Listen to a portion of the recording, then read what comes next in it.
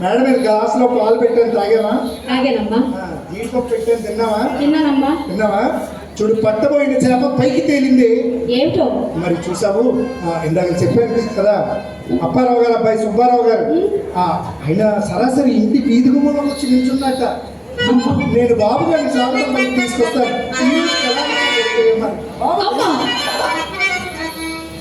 నువ్వేదైనా చెప్పమ్మా, కానీ ఈ పాడవృత్తి మాత్రం నేను చేయండి. పాడు వృత్తి, పాడికుండ లాంటి వృత్తి నీలాంటి వయసులో ఎంత గడించుకుంటే వార్ధక్యంలో అదే మనకు దిక్కు. అమ్మా నువ్వేదైనా చెప్పమ్మా, కానీ ఈ వృత్తి మాత్రం నేను చేయండి. ఏమ్మా? శ్రీకృష్ణ భగవాను ధ్యానించుకుంటానమ్మా, నా మాట వినమ్మా. మంచిదేనమ్మా. దైవ భక్తి పాప భీతి ఉండడం చాలా మంచిదే. బ్రాహ్మణుడికి నత్తి భోగందానికి భక్తి ఉండకూడదు. బ్రాహ్మణుడికి నత్తి ఉంటే పూజ పునస్కారాలుగా పిలవడు, భోగందానికి భక్తి ఉంటే భక్తి కలవదు. మంచిదే. దైవ భక్తి పాప భీతి ఉండడం చాలా మంచిదే. నీ మనస్సు ఆ శ్రీకృష్ణ భగవానుడికి అంకితం చేశాయి. కానీ నవమాసాలు మోసి కష్టపడి బంగారు బొమ్మలా పెంచినటువంటి ఈ శరీరం నాకు కావాలి. దీని సంగతి వచ్చిన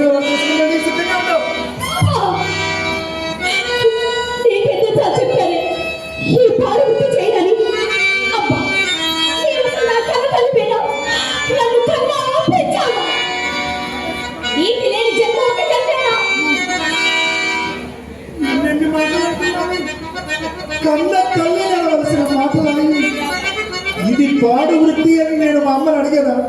మా అమ్మ వాళ్ళమ్మని అడిగిందా? పెద్దవాళ్ళెవరికి కానీ రాని పాడుతాను ఈ వృత్తిలో నీకు ఏం కనిపించిందా? మన గురించి మన వృత్తి గురించి రెండు విషయాలు చెప్తాను, విని అర్థం చేసుకోవడానికి ప్రయత్నించు. మనల్ని దేవదాసునిగా భగవంతుడే పుట్టించాడా?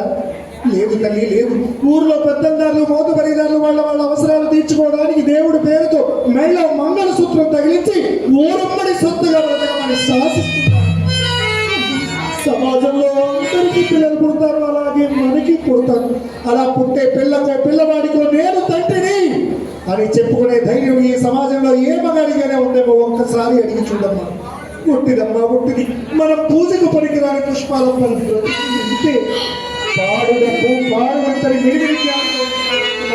మనిషి బ్రతకడానికి ఊపిరి ఎంత ముఖ్యమో, ఊపిరిన మనిషి ఆనందంగా బ్రతకడానికి డబ్బంతే ముఖ్యం. కోటీసులు కూడా కోట బియ్యం కోసం క్యూలో నిలబడిపోతున్న రోజు. మరి అటువంటి పెద్దవాళ్ళే సిగ్గు ఎక్కువ మనిషి దిగజారిపోతుంటే కులవృత్తికి సాటి లేదు. గుమ్మల చెన్న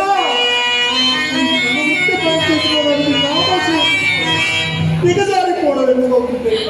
నేను ఇన్ని విధాలా చెప్తున్నా, నా మాట లెక్క చేయకపోతే నీవు మిడిసి పెడుతున్న ఈ అందాలన్నీ ఒకనాటికి నిగారింపులు వండిపోతాయి. చూడడానికి ఏయంగా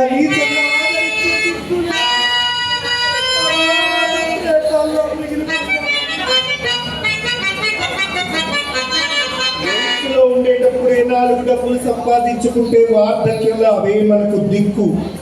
తర్వాత మనలో పిల్లలు ఎవరో ఒకరు రాసుకుంటారు. మనసులో ఇష్టం ఉండాలి. చెప్పమ్మా, కానీ ఈ పాడబుద్ధి మాత్రం నేను చేయలే. చేయటానికి నా మనసు అంగీకరించడం లేదు. చేయవు.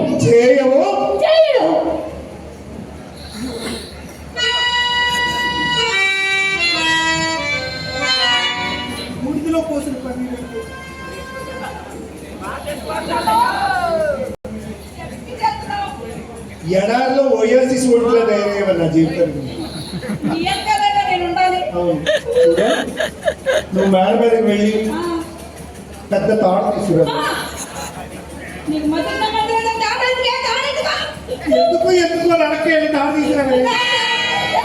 నేను ఊరేసుకొని చచ్చిపోతానే.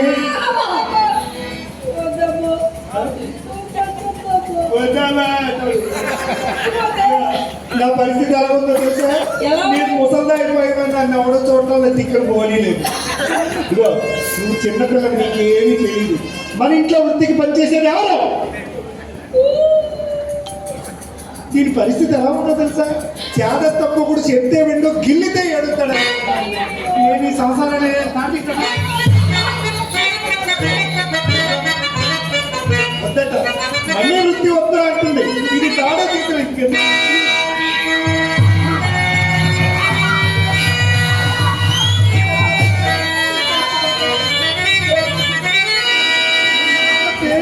నేను చచ్చిపోతానే మళ్ళీ నువ్వేమి చావనక్కర్లేదు.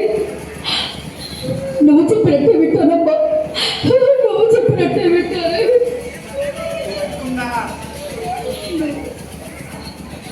అయ్యో నా తల్లి, నిన్ను బాధ పెట్టాలని కాదమ్మా, మన గుర్తి గడుపుకోవాలి కదమ్మా. నువ్వు బాధపడకమ్మా, శ్రీకృష్ణ పరమాత్మని ధ్యానించుకోమ్మా, ధ్యానించుకో, మనసారా ధ్యానించుకో.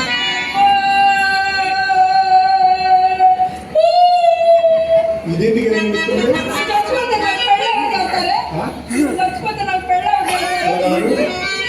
నేను చచ్చిపోతానని బాధపడుతున్నావా, లేదా నేను చచ్చిపోతే నీకు పెళ్లి జరగదని బాధపడుతున్నావా? ఉంటుందా? అమ్మయ్య బతికించి నేను చచ్చిపోతానని బాధ ఉందన్నమాట. నేను చచ్చిపోతానని ఎవరు చెప్పాడు అన్నానా? ఏంటి విన్నావు నీ మొన్న? నేను చచ్చి చూడు, ఈ పెద్ద నిండ్రకులలో ఎంతో మంది చంపకుండా నేనెక్కడ చెప్తానే? అందరూ ఒప్పించడానికి ఉద్దిదే నేను చచ్చిపోతానని చెప్పగానే చూడు, మన ఇంటికి నడిచి వచ్చే ఏటీఎం వస్తుంది, ఏటీఎం బాక్స్, దానికి పిన్ కానీ కార్డు కానీ ఉండాలి. ఈయనకి ఏం అక్కర్లేదు. ఈ నెల ఎలా గోకడం, డబ్బులు పీకడం, దాన్ని గోకడం, డబ్బులు మంచి మేడం వెళ్ళి ఆపు వంక గండం చక్క అన్ని సిద్ధం చేసి పక్క సిద్ధం చేసుకో.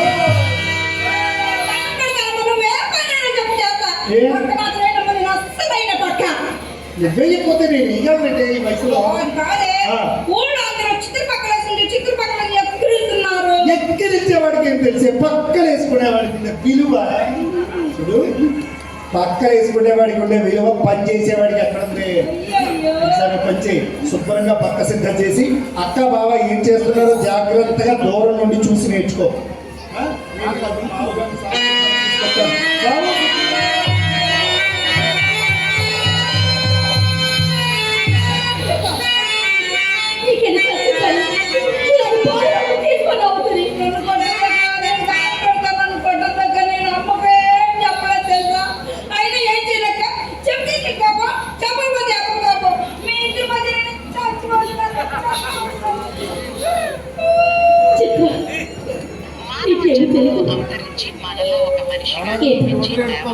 అమ్మ చెప్పటం మూలాలు నువ్వు ఇలా చేశావు. నీకేమి తెలియదు. చిన్నపిల్లడి లోపలికి వెళ్ళి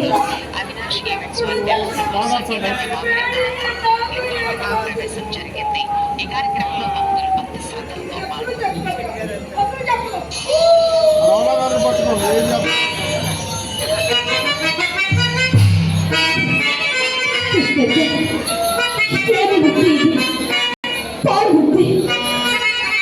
శ్రద్ధలతో కృష్ణయ్య, ఈ తీరు రాని మరో ఆలోచించిన కృష్ణయ్య, కృష్ణ